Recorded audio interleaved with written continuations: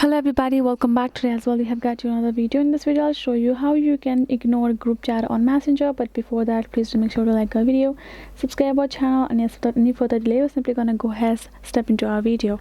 For the matter, what you're gonna do is simply gonna go ahead first access your Messenger in your mobile phone. Once you have done so, this kind of interface gonna pop up, right? So if I scroll down, I do have this particular group. So if I don't want to have any kind of like notifications, I'm not interested to be in the group, I don't want to chat, then what I can do is I can simply go long press on the particular group and simply archive the chat as well and simply mute this.